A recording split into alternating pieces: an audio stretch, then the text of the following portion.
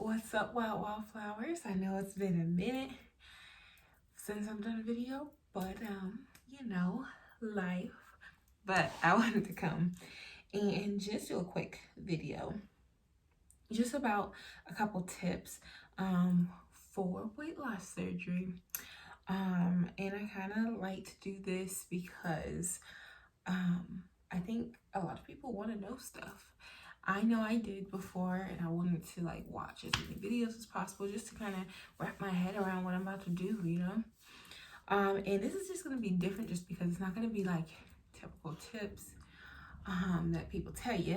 I'm going to try to give you some things that nobody tells you, that just kind of things that you don't think about that you should know, or to keep in mind when going through this journey, because this journey is not just about the surgery piece. It's not just about losing weight, although it is weight loss surgery, obviously, but it's a whole journey in itself.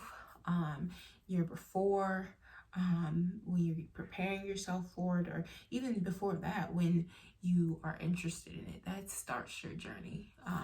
Just being interested in weight loss surgery, to the before and going through all your doctor steps and all that kind of stuff, then getting approved for surgery, having the surgery, then after surgery, then all that's all in the journey, and that encompasses so much. And so I just want to give a couple tips about the journey as a whole, and not just weight loss alone.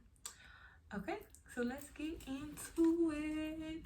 All right, sorry, I'm weird, clearly.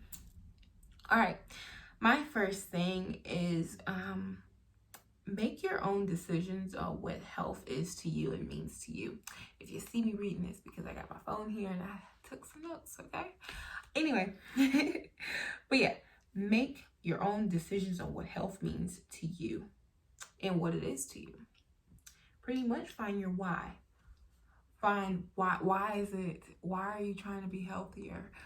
Like, what does that mean to you? Because there's going to be 10 million things that tell you what health is, that tell you why you should be healthy, and figure out what that means to you, because you're going to get confused since there's so many different things, there's so many different ideas of what health is. So you need to find what that is to you and stay true to that for yourself. And people are going to give you lots of ideas on what it is. People are gonna give their opinions and stuff, and great, but some opinions aren't needed. Sometimes you got to figure out for yourself, what is it gonna mean. Number 2, track your journey in some kind of way, whether that's through pictures, video, social media, any kind of way that you can just show your journey. You can journal. I'm sorry, my dog just jumped down and did something. But anyway, you can journal, just some kind of way that get your journey out there. Not out there for others necessarily. It can be just for yourself or for your family. Just you want something to look back on. You want to track this. This is a milestone. This isn't something to take lightly. So make sure you track your journey in some kind of way. I feel like people don't stress that enough. I feel like your doctors, they're not going to really stress necessarily these things, because, they're worried about, making sure you're safe, healthy, and all that kind of stuff. But you need to track it in some kind of way. It helps. And I don't know, it's just something about knowing where you came from and seeing where you're at. Just so incredibly helpful. I feel like I'm no different. I feel like I'm the same exact size, guys. I do. And I'm not. The scale can tell me that. But when I look back at pictures, I'm sorry, my dog is running around if you hear him or see him in the background. But I'm not the same size. And just seeing how I track the journey, and knowing thoughts maybe that you had, if you don't want to do the pictures or videos and stuff like that, it just helps mentally, I think, and reminding you that you've come so far. Even if it's 5 pounds, you've come so far from where you started, because you weren't there before. All right. And the next thing, big thing, remove negativity.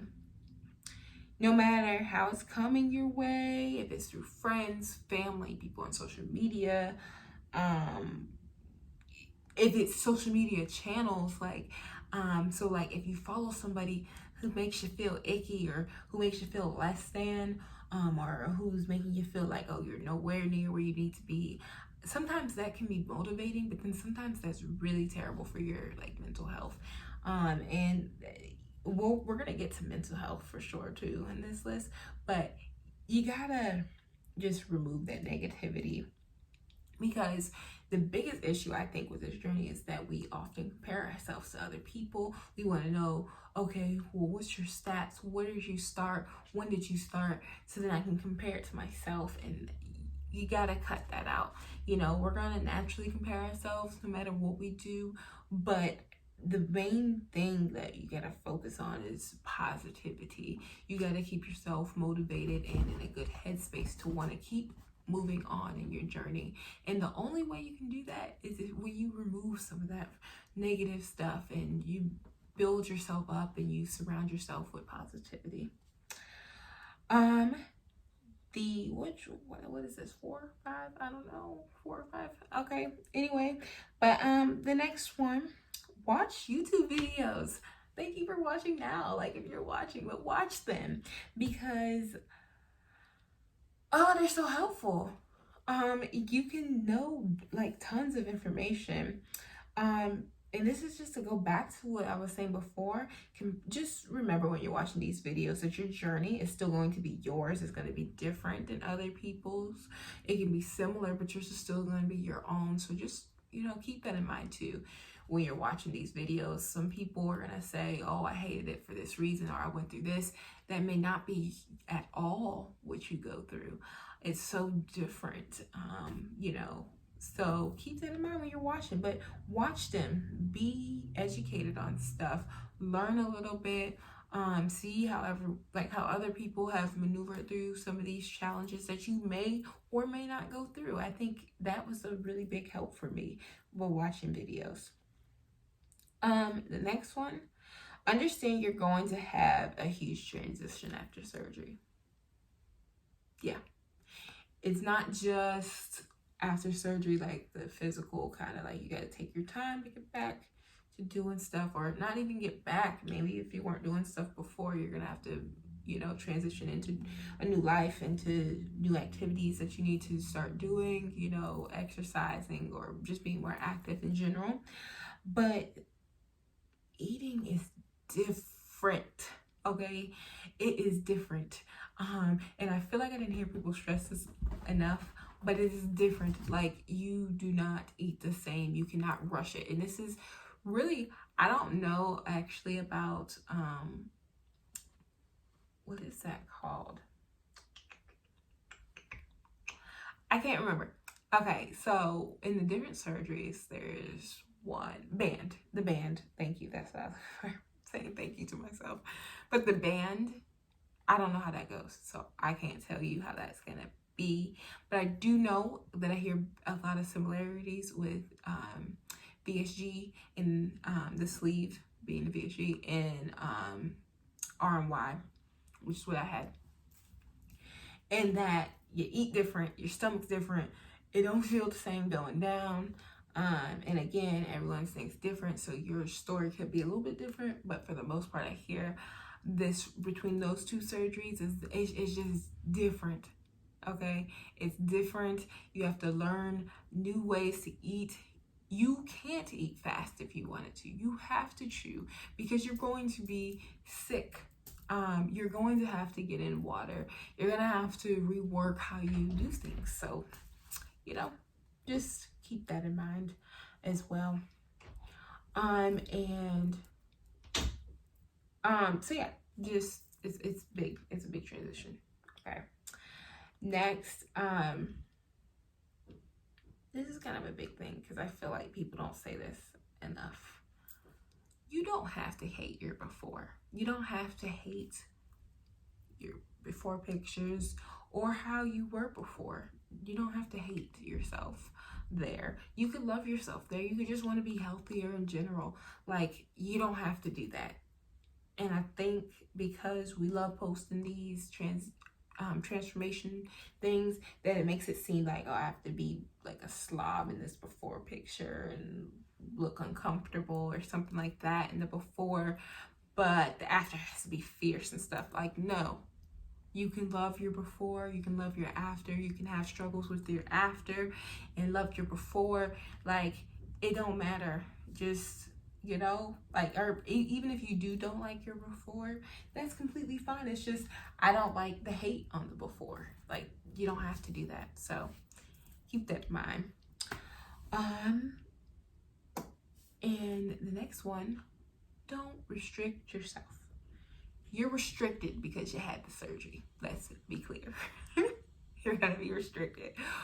But once you get after like maybe 4 or 5 months, don't restrict yourself in like a bad way. Like, in a sense of like, never again will you eat pizza. No, not necessarily. Maybe you will. What you like, the main thing to work on with restrictions is understanding your body, being like intuitive, I guess, about the things you're eating. Does this make you feel bad? Does it not? Like, can you take maybe having like a small bite of pizza? I say a small bite not because I'm saying you can only have a small bite. I'm just saying, I know for me, I don't eat pizza. So that's not a good example for me, but for me, I can't eat nothing but a small bite of anything. So that's not restrictive for me. But maybe if you had like a small bite, would that make you feel good? Would it make you feel bad? Do you not want to at all? Like, make that decision for yourself. And obviously your doctor is going to have some kind of diet that they want you to stick to or something of that nature. I just also say, don't be too restrictive to where it starts causing mental like problems, and then where it was supposed to help, it starts to harm you, because now you're like binge eating stuff because you had to restrict so much. Especially because I know that 2-week diet or 1-week diet or 1-day diet that you had to do before surgery, that was tough. Okay, that was hard. And it seems like, oh, I'm gonna do this 2-week diet or however long diet that they have you do, liquid diet that they have you do before surgery, and then I'm not gonna ever be able to eat stuff again. And no, you'll work up to eating some things again. Just, you gotta take your time, and you have to get to a mental point to where you're not gonna overindulge in things, overeat things, and make yourself unhealthy, But don't restrict yourself to a point where it gets unhealthy. And the last thing, guys, and I wanted this to be so much shorter, and I'm sorry, but I'm glad I took the time to go through some of these though. But the last thing I want to say is, don't forget about your mental health. Like, seriously, do not. Okay? It doesn't get fixed with this surgery. This surgery takes part down here. They don't take part up here. So, like, do not forget about that. It's a struggle, it's a journey. There's lots of people who never had any mental health issues before. They now do after surgery. That happens, or people had it before, now it's worse, or maybe it gets better, and perfectly fine. But there's going to be different struggles you go through because your body's not the same. It's looser because you're losing weight. It's you maybe have like the loose skin and whatever. It's different, and it's not the same as before. And where many people find is that they were so comfortable being, unhealthy, or the bigger girl, that they're not comfortable being in a smaller body, in a less toned body. Or, a lot of people were like thick before and like, solid. Now they're not.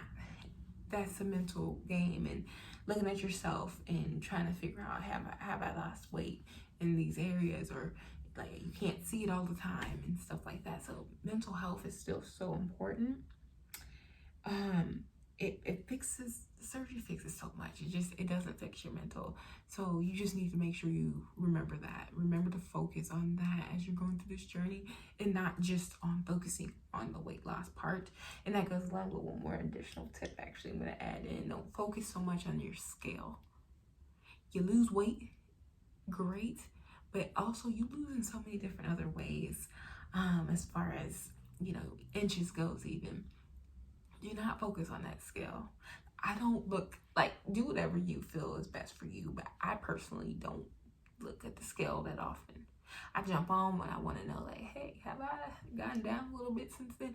I don't do it, because to me, it hinders me and it makes me feel like if I'm always on the scale every single day or something, I'm going to start to notice, like, oh, I gained a pound or lost. It's so normal to go through where you gain a little bit throughout the week, but then you ultimately lose.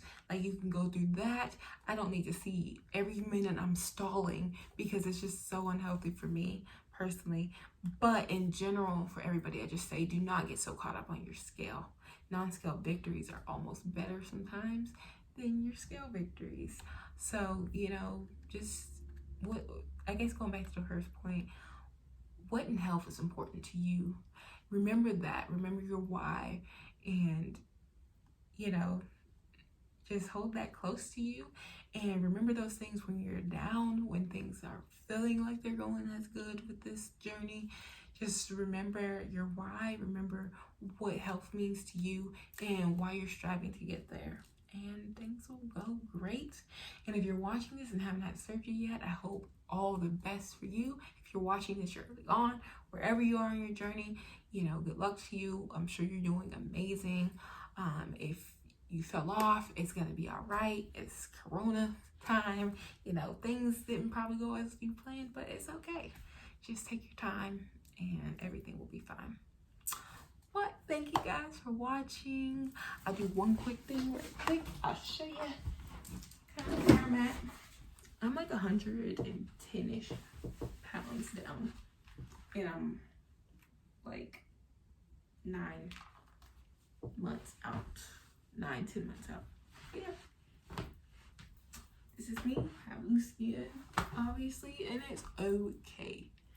But thanks guys for watching, and I'll see you in another video.